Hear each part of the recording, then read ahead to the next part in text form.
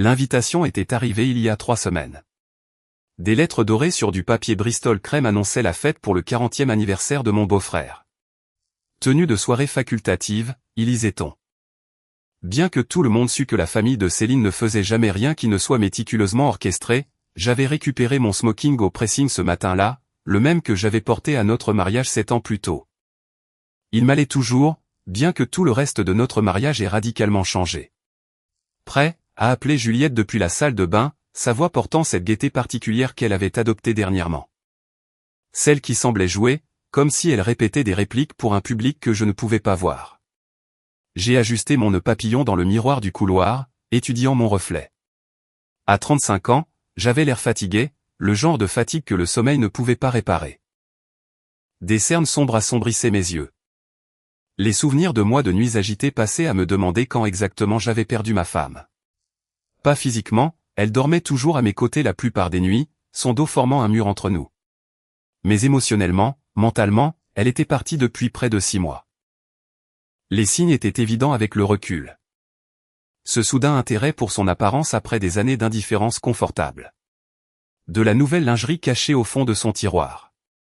Le téléphone qu'elle gardait comme un secret d'État. Toujours face vers le bas, toujours sur silencieux. Les soirées tardives au travail qui sentaient une eau de Cologne que je ne portais pas. Je n'étais pas stupide, juste plein d'espoir, espérant me tromper, espérant que cela passerait, espérant que nous pourrions sauver ce que nous avions construit. Juliette a émergé de la salle de bain dans une robe rouge que je ne lui avais jamais vue auparavant, audacieuse, osée, avec un décolleté plus plongeant que tout ce qu'elle avait porté depuis des années. Elle était éblouissante, et elle le savait. Le sourire qu'elle m'a adressé était triomphant, pas intime. « Tu es magnifique », ai-je dit, parce que c'était vrai, et parce que certaines habitudes ont la vie dure. « Merci », a-t-elle répondu, se détournant déjà pour attraper sa pochette. Aucun compliment en retour, aucune chaleur dans les yeux, juste une transaction et de la distance. Le trajet jusqu'au lieu de réception prit 40 minutes à travers les banlieues chics des Yvelines, passant devant des maisons aux pelouses parfaites et aux vies parfaites. Nous n'avons pas parlé. Le silence était devenu notre 3e passager, toujours présent, toujours pesant. Je me suis concentré sur la route pendant que les doigts de Juliette dansaient sur l'écran de son téléphone, tapant furieusement, souriant à des réponses que je n'étais pas censé voir. « À qui envoies-tu des messages ?» ai-je demandé, détestant à quel point j'avais l'air pathétique. « Juste à Céline à propos de la fête », a-t-elle menti avec aplomb. Elle était devenue une excellente menteuse. Le country club était exactement comme je m'y attendais. Des plafonds immenses, des lustres en cristal et assez de champagne pour faire flotter un yacht. Céline s'était surpassée. 200 invités déambulaient en vêtements de créateurs, s'embrassant en l'air et échangeant des banalités qui ne voulaient rien dire. C'était le monde de Juliette, pas le mien. J'avais grandi dans la classe moyenne en Auvergne. Elle avait grandi ici, parmi les habitués du country club, où les apparences étaient une monnaie d'échange et où le scandale était mortel. J'avais rencontré Juliette au mariage d'un ami commun, il y a 8 ans. Elle était différente à l'époque. Ou peut-être avais-je été trop aveuglé par l'engouement pour voir qui elle était vraiment. Elle semblait chaleureuse, authentique, fatiguée de la superficialité de son cercle social. Elle adorait le fait que je sois vrai, que je travaille de mes mains comme menuisier, que je ne me soucie pas des choses que sa famille valorisait. Son père m'avait détesté dès le début, certain que j'en avais après l'argent de la famille. La blague était pour lui. Le fonds de placement de Juliette était bloqué jusqu'à ses 40 ans, et je n'en avais jamais voulu de toute façon. Nous avions été heureux autrefois. Je me souvenais de nos paresseux dimanches matins. De son rire, de la façon dont elle se blottissait contre moi sur le canapé. Quand cela a-t-il changé, je ne saurais le dire avec précision. Peut-être était-ce graduel, comme l'érosion. Peut-être était-ce soudain, et j'avais juste été trop occupé pour le remarquer. Voilà Damien. La voix de Juliette coupa le fil de mes pensées, tranchante, avec une excitation qu'elle ne me montrait plus jamais. J'ai suivi son regard à travers la pièce jusqu'à un homme en costume de prix, grand, élégant, tout ce que je n'étais pas. Damien Bertrand, son collègue de l'agence de marketing. Je l'avais rencontré une fois lors d'un dîner d'entreprise. Il s'était montré charmant, confiant, le genre d'homme qui collectionnait les belles choses. Juliette se dirigeait déjà vers lui, me laissant seul avec une coupe de champagne dont je ne voulais pas, à une fête célébrant un homme que je connaissais à peine, dans un mariage qui était déjà terminé. Je ne savais simplement pas encore à quel point sa fin allait être publique. Je me suis dirigé vers le bar, commandant un scotch au lieu du champagne. Si je devais supporter cette soirée, j'avais besoin de quelque chose de plus fort. Le barman, un jeune gars aux yeux bienveillants, a hoché la tête avec compassion en me servant, comme s'il reconnaissait l'expression d'un homme qui tenait à peine le coup. « Soirée difficile » a-t-il demandé doucement. « Long mariage » ai-je répondu, ce qui résumait étrangement tout. De ma position au bar, j'avais une vue dégagée sur la fête. Juliette avait retrouvé Damien près de l'orchestre, et ils discutaient avec une intensité qui m'oppressait la poitrine. Elle lui a touché le bras en riant. Ce rire authentique que je n'avais pas entendu depuis des mois. Il s'est penché tout près, lui murmurant quelque chose qui l'a fait rougir. Il ressemblait à des amants. Il l'était probablement. Mathieu. Mon beau-frère, Grégoire, m'a tapé sur l'épaule avec l'enthousiasme de quelqu'un qui a déjà 3 verres dans le nez. Content que tu aies pu venir. Où est Juliette? J'ai fait un vague geste en direction de l'endroit où elle se tenait avec Damien. Grégoire a suivi mon regard et j'ai vu son expression changer. Surprise, gêne, pitié. Ah, a-t-il dit, ce qui en disait long. Écoute, Mathieu, il faut que je te dise quelque chose. Grégoire. Céline est apparue comme un missile parfaitement guidé, interceptant toute confession qu'il s'apprêtait à faire. Viens rencontrer les Dupont. Ils veulent discuter de la rénovation de leur cuisine. Elle m'a souri, toute dents dehors et sans aucune chaleur. Tu nous excuseras, Mathieu. Elle a entraîné Grégoire avant qu'il ne puisse protester, mais pas avant que je n'ai capté le regard d'avertissement qu'elle lui lançait. Alors Céline le savait. Probablement que tout le monde le savait. J'étais le crétin qui s'était pointé pour jouer le rôle du mari dévoué pendant que sa femme menait sa liaison au vu et au su de tous. J'ai englouti mon scotch et en ai commandé un autre. La soirée avançait péniblement comme un animal blessé. Le dîner fut servi, un festin élaboré de 5 plats qui avait un goût de cendre dans ma bouche. J'étais assis entre la tante de Grégoire, Martine, sourde d'une oreille, et un associé d'affaires qui a passé tout le repas à parler de son portefeuille d'actions. Juliette était assise 3 sièges plus loin, à côté de Damien. Ils auraient tout aussi bien pu être seuls. Elle lui donnait des bouchées de son dessert. Il remplissait son verre de vin avec une précision attentive. Il construisait un monde qui n'avait pas de place pour moi. Je me suis excusé entre les plats, ayant besoin d'air, besoin de m'échapper. La terrasse était déserte, surplombant le terrain de golf baigné par le clair de lune. J'ai desserré mon nœud papillon et laissé le froid de novembre transpercer mon smoking. La douleur me semblait clarifiante. Tu es au courant, n'est-ce pas? Je me suis retourné pour trouver Grégoire debout dans l'encadrement de la porte, 2 cigares à la main. Il m'en a offert un et je l'ai pris, reconnaissant d'avoir quelque chose à faire de mes mains. Ouais, ai-je dit simplement. Je sais. Je voulais te le dire. Céline disait que ce n'était pas nos affaires, mais, il a fait une pause, allumant les 2 cigares. Tu es mon ami, Mathieu. Tu étais mon ami avant de te marier dans cette famille. Tu méritais de savoir. Depuis combien de temps le sais-tu? 3 mois. Je les ai vus ensemble dans un restaurant en centre-ville. Ils ne m'ont pas vu. Il a recraché de la fumée dans la nuit. Je suis désolé, mon vieux. Juliette est ma belle-sœur, mais ce qu'elle fait est mal. La façon dont elle l'affiche ce soir, c'est cruel. J'ai hoché la tête, ne faisant pas confiance à ma voix. La confirmation faisait plus mal que le soupçon. Qu'est-ce que tu vas faire? A demandé Grégoire. Je ne sais pas. Je n'arrête pas de penser qu'elle va y mettre fin, que nous pouvons arranger ça. Nous avons un passé. Nous avons une vie ensemble. Vraiment? Parce que d'où je me place, elle est déjà partie. Il avait raison, bien sûr. Je m'étais accroché au cadavre de notre mariage, espérant une résurrection alors que Juliette était déjà passée à autre chose. Nous avons terminé nos cigares dans un silence complice.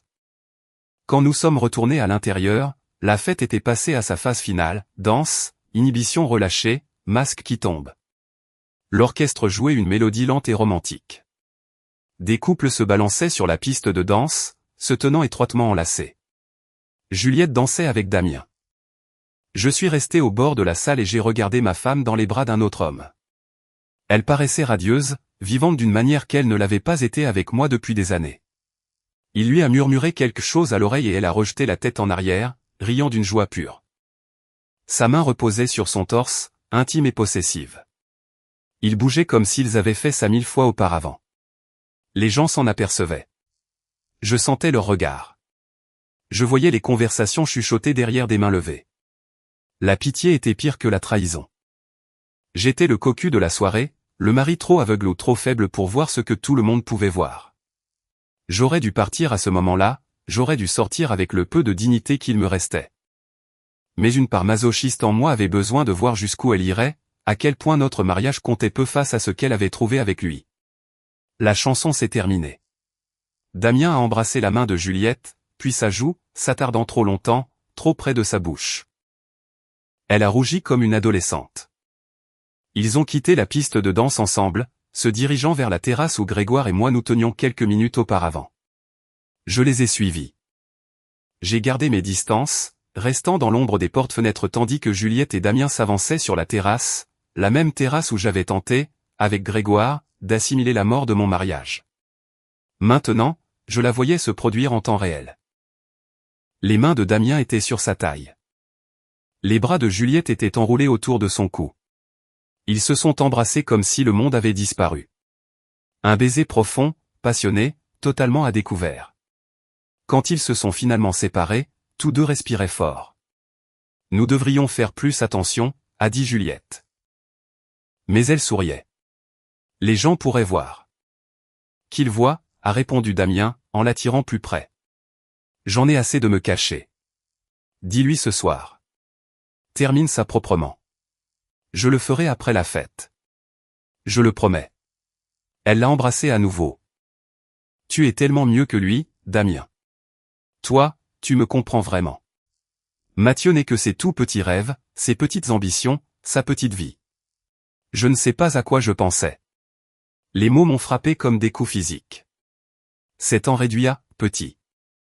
Tout ce que j'avais construit, chaque sacrifice que j'avais fait, balayé avec une cruauté désinvolte. Tu étais jeune, a dit Damien généreusement.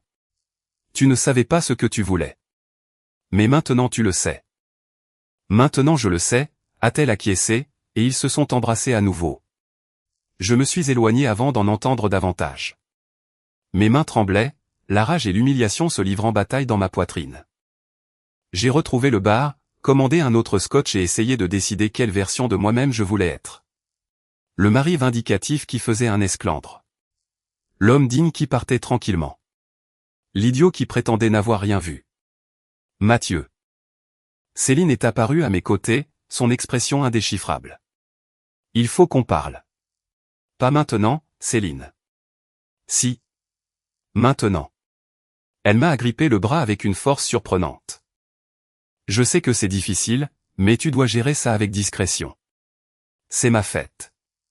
La fête de Grégoire. Ne gâche pas ça avec un scandale.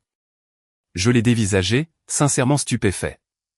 Ton inquiétude pour mon humiliation est touchante. Je m'inquiète pour la réputation de ma famille. Juliette fait une erreur. Oui, mais ce sont des choses qui arrivent. Sois adulte à ce sujet. Laisse-la s'amuser ce soir et règle ton divorce calmement, en privé, comme des gens civilisés. Civilisé, ai-je répété, le mot ayant un goût amer.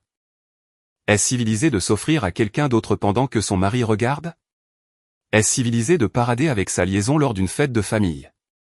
Baisse d'un ton, a sifflé Céline en jetant des coups d'œil autour d'elle. Tu fais un scandale. Je n'ai même pas commencé à faire un scandale.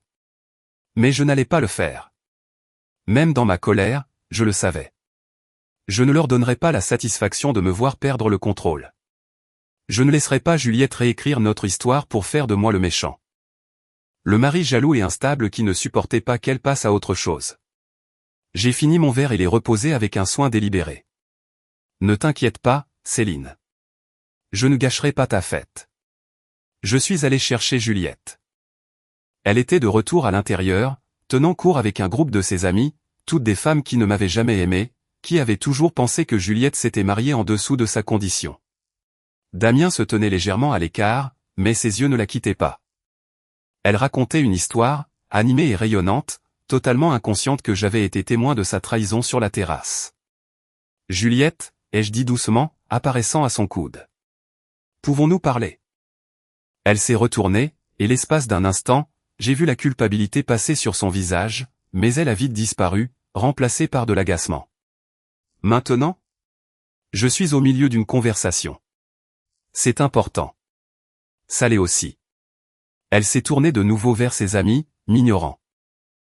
Bref, comme je le disais. Juliette. Ma voix était plus dure maintenant. Les gens commençaient à remarquer. Mathieu, arrête d'être si exigeant. Je te parlerai plus tard. Elle a ri, d'un rire aigu et faux.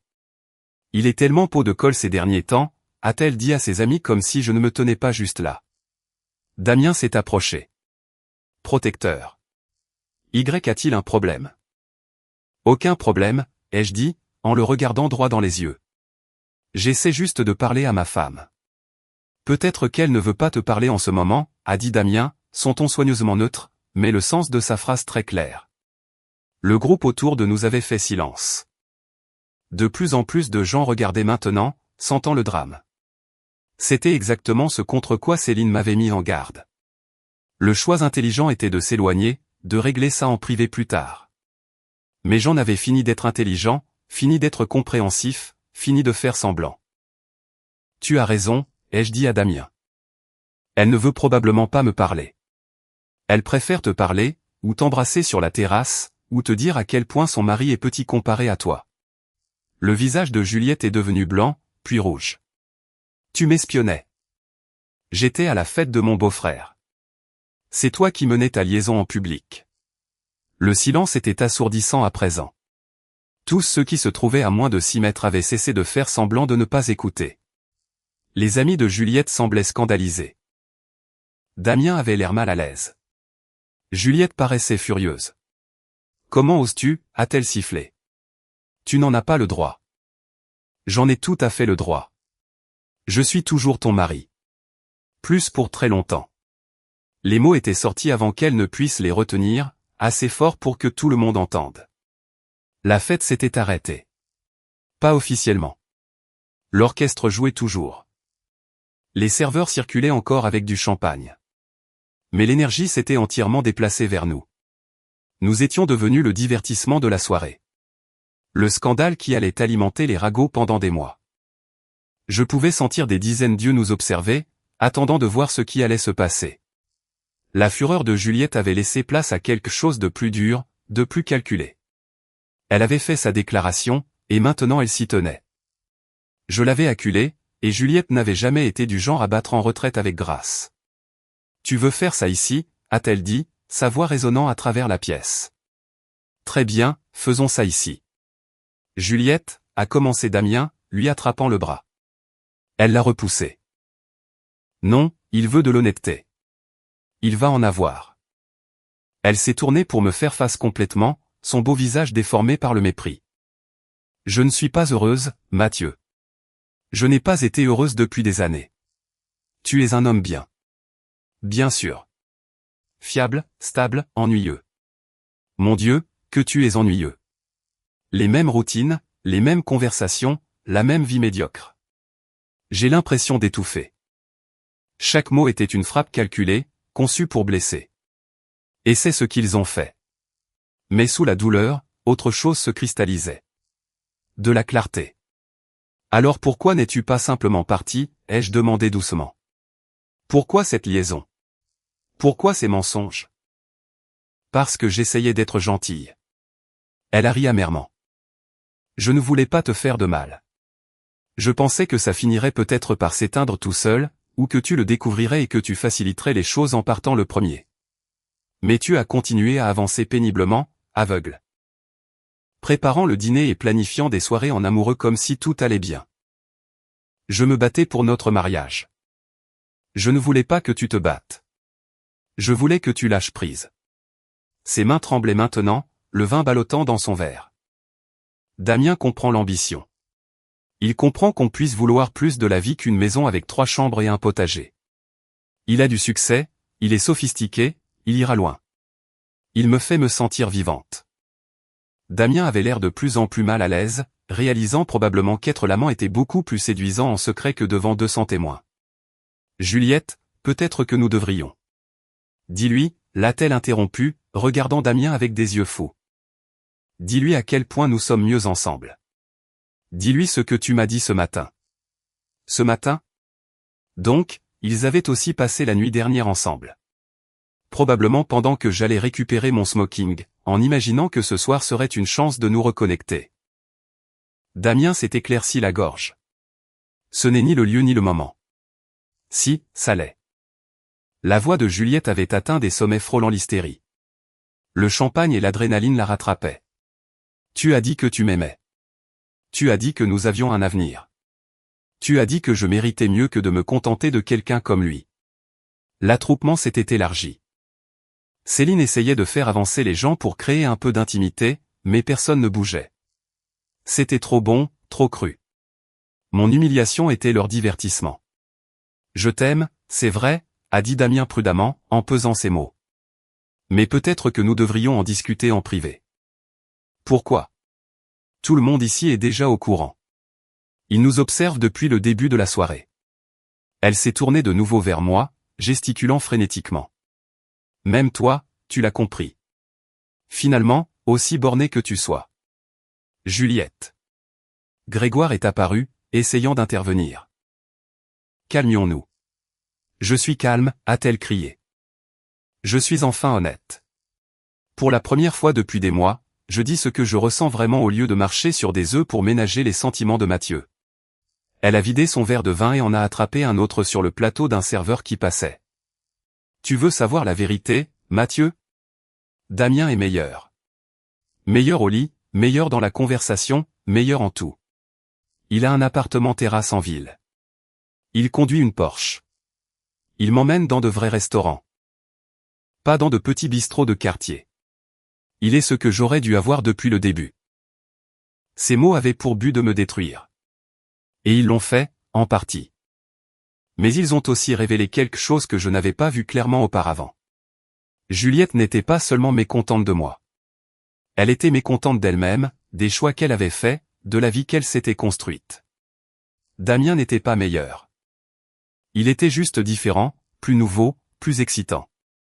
Dans 5 ans, elle dirait probablement la même chose de lui à quelqu'un d'autre. J'espère qu'il te rendra heureuse, ai-je dit. Et je le pensais.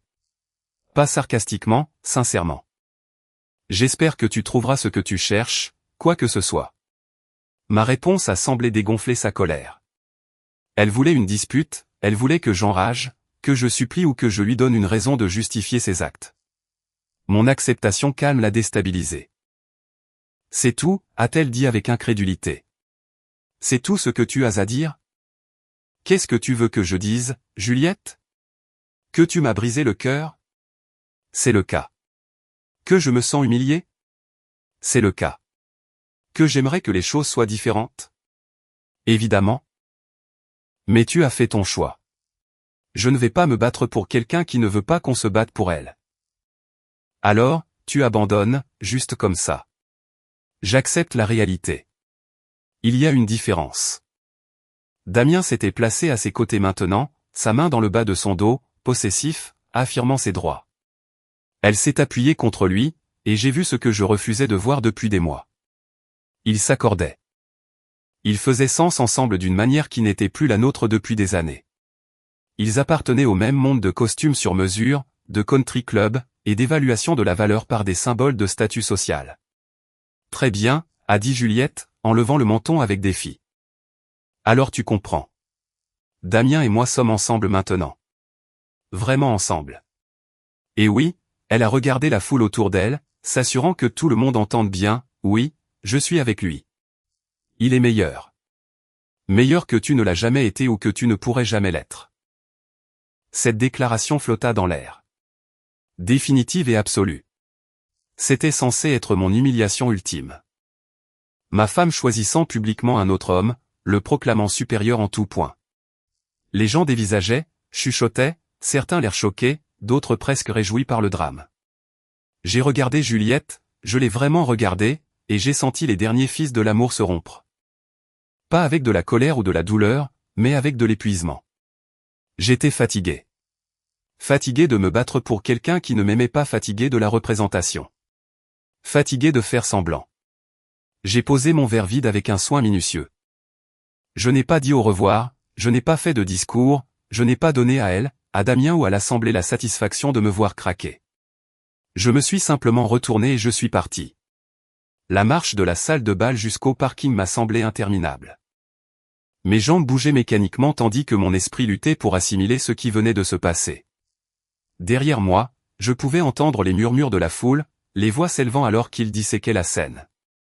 Mais je n'ai pas regardé en arrière.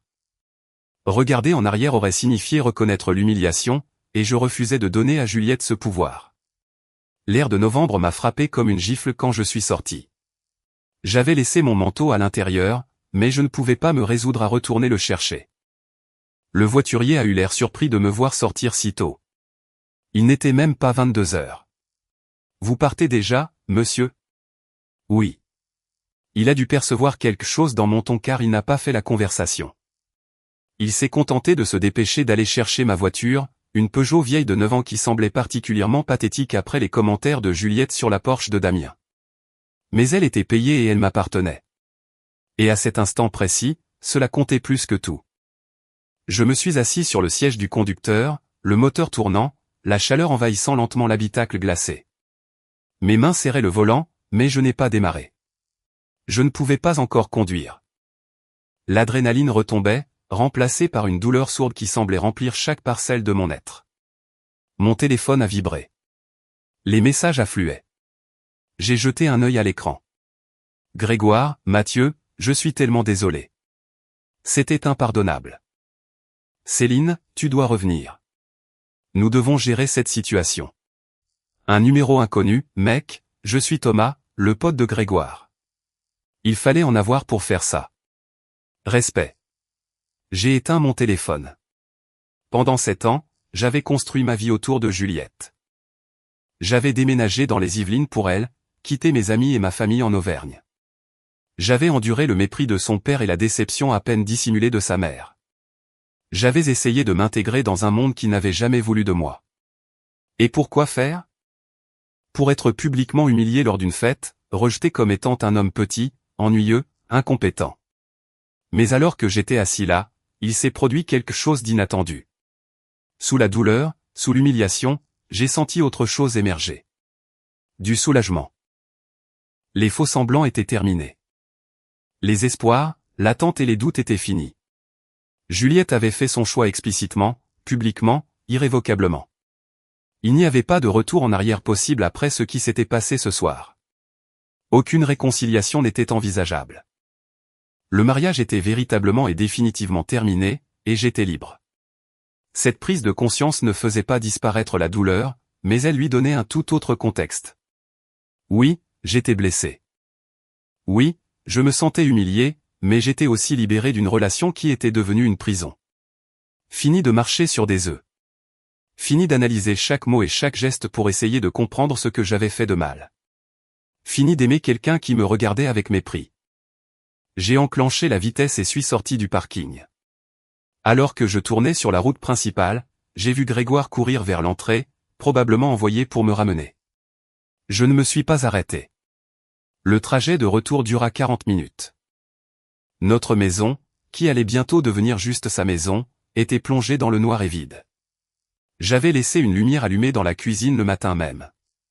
L'une de ces petites habitudes domestiques qui semblaient soudain totalement inutiles. Pourquoi m'étais-je soucié d'économiser de l'électricité alors que ma femme couchait avec un autre homme? J'ai traversé des pièces remplies de notre histoire commune. Le canapé que nous avions choisi ensemble. Les photos sur les murs de temps plus heureux. La table de la cuisine où nous avions pris le petit déjeuner ce matin-là en silence. Faisant tous deux semblant que tout allait bien.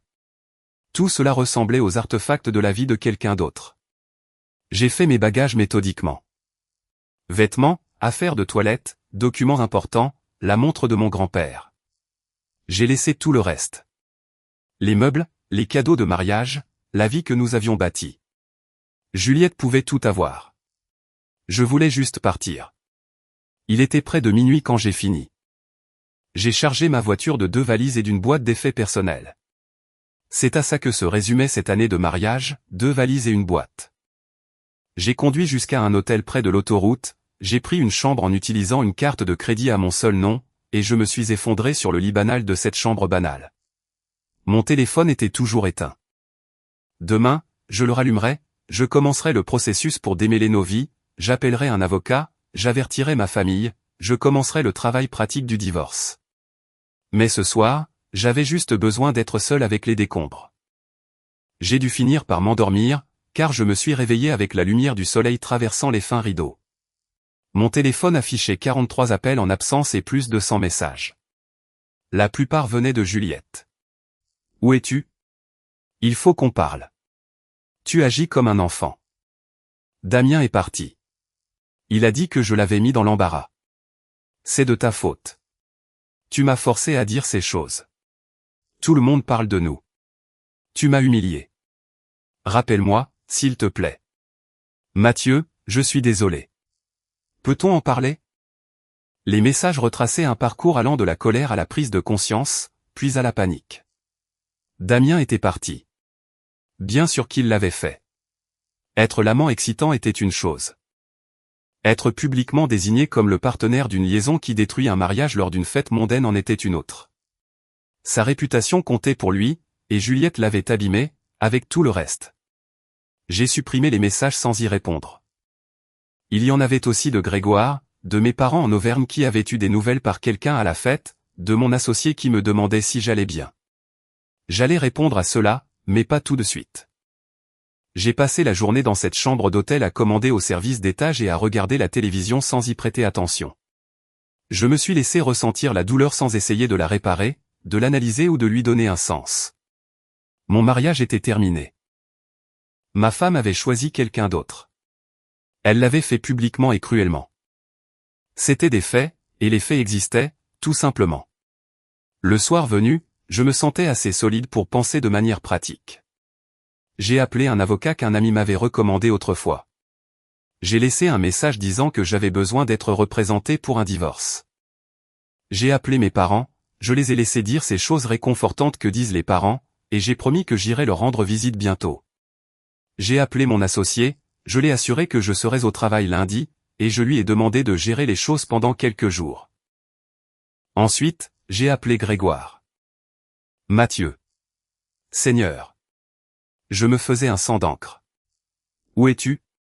À l'hôtel. Je vais bien. Tu ne vas pas bien. Ce que Juliette a fait. Il a fait une pause. La fête s'est terminée tôt. Après ton départ, les gens ont commencé à s'en aller par groupe. Personne ne voulait faire la fête après que tu sois parti, et Juliette pleurait au bar. Elle pleurait. La réalité l'avait rattrapée. Damien est parti environ 15 minutes après toi. Il lui a dit qu'il avait besoin d'espace pour réfléchir. Céline a passé 1 heure à essayer de sauver les apparences, mais pour être honnête, les gens étaient dégoûtés. Pas par toi, par Juliette. Ta façon de partir comme ça. Avec dignité. Les gens l'ont respecté. Je n'étais pas parti avec dignité de façon intentionnelle. J'étais parti parce que rester m'aurait détruit. Mais je ne l'ai pas corrigé. Ses parents l'ont ramenée chez elle, a poursuivi Grégoire. Sa mère m'a appelé ce matin. Juliette veut te parler. Elle dit qu'elle a fait une erreur. Elle avait fait une erreur. Même plusieurs. Alors, tu vas lui parler? Non. Grégoire, j'apprécie tout ce que tu fais. Tu as été un bon ami, mais j'en ai fini. Quoi que Juliette veuille dire, elle pourra le dire à mon avocat. Il y eut un long silence. D'accord, je comprends.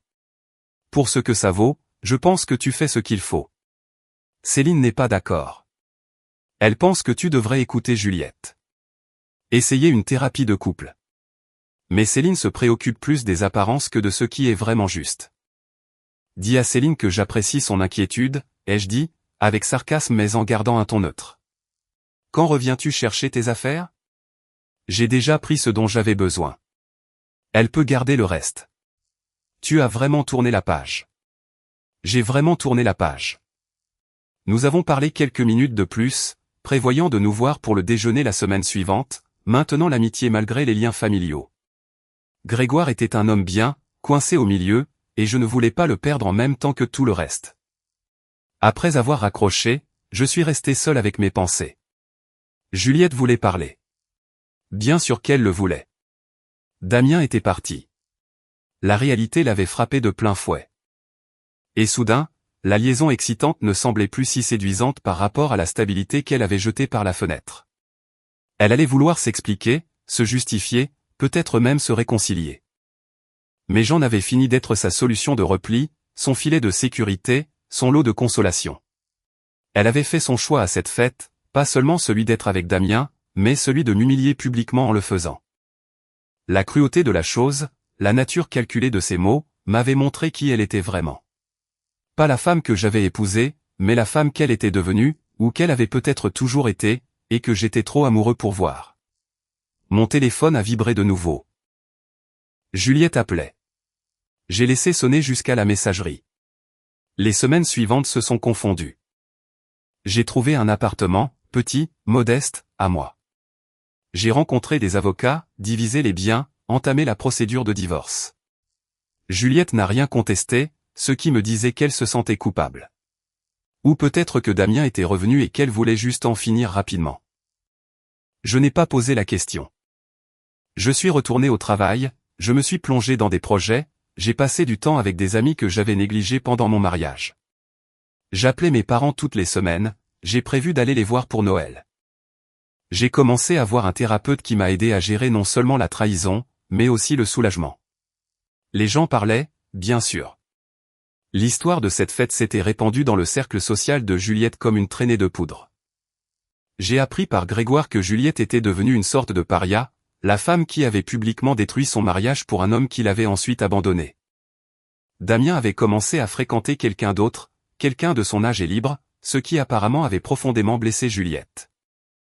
Je ne tirais aucune satisfaction de sa souffrance, juste de la tristesse pour nous deux, pour le mariage que nous avions perdu, pour les personnes que nous étions devenues. 3 mois après cette fête, le divorce a été prononcé. J'étais de nouveau célibataire, repartant à zéro à 35 ans. Ce n'était pas la vie que j'avais prévue, mais elle était authentique. Plus de faux-semblants, plus de représentation, plus d'amour pour quelqu'un qui me regardait avec mépris. J'étais libre. Et lentement, douloureusement, j'apprenais que parfois, la chose la plus puissante que vous puissiez faire est de partir. Pas avec des discours de colère ou des gestes dramatiques, mais avec une dignité silencieuse. Laissez votre absence être la déclaration. Laissez votre silence en dire long. Juliette avait hurlé, il est meilleur, à cette fête, essayant de me blesser, essayant de se justifier, essayant de réécrire notre histoire pour faire d'elle la victime et de moi le mari incompétent. Mais j'étais sorti sans dire un mot. Et dans ce silence, je m'étais retrouvé. Parfois, la dignité ne consiste pas à riposter. Parfois, cela signifie savoir quand on en a assez eu. Quand quelqu'un vous a montré exactement qui il est, et quand la seule façon de gagner est d'arrêter complètement de jouer au jeu. Je m'étais éloigné de cette fête, de ce mariage, de cette vie. Et j'avais marché vers quelque chose de meilleur, moi-même, entier et intact, libre de construire quelque chose de vrai avec quelqu'un qui en reconnaîtrait la valeur. Cela valait bien plus que n'importe quelle revanche, n'importe quelle vengeance ou n'importe quel dernier mot.